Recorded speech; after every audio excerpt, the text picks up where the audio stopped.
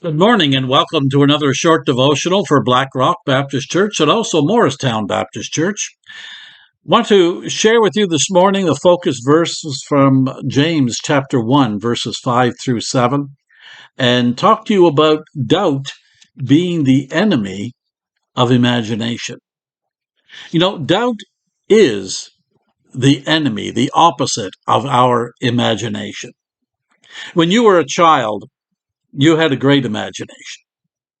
But the older you get, the more your imagination, I don't know, it grows rusty or whatever it is, but you stop imagining what things could be and you start living the way things are. You kind of lose your imagination. You get stuck in the status quo. The status quo, that's a Latin phrase that means the mess we're in. Doubt and fear neutralize what God wants to do in your life. It takes courage to imagine.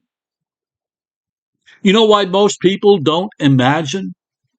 It's because they're afraid of failure. That they might imagine something that they could do for the future and they're afraid of failing. That causes them to lose their imagination. Courage, on the other hand, is when you do the right thing even though you're afraid.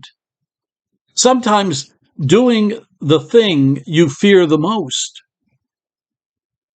But you have to move against your fears. You have to ignore the insecurity and just go for it. James chapter 1 verses 5 through 7 tells us, if any of you lacks wisdom, you should ask God, who gives generously to all without finding fault, and it will be given to you. But when you ask, you must believe and not doubt, because the one who doubts is like a wave of the sea, blown and tossed by the wind.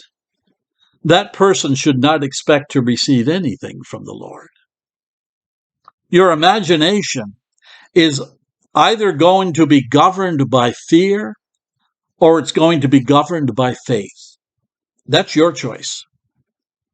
If you let your imagination be governed by fear, then you're going to be going around stressed out, freaking out, and worried all the time. When you allow fear to control your imagination, you live a miserable life. Indeed, decide that you're not going to allow fear to dominate. Let your faith in God dominate. Trust in God. Then you can move forward in faith and allow your imagination to be filled with all kinds of possibilities, because all things are possible with God. God bless. Have a wonderful day, and until we meet again, let's continue to exchange prayers daily.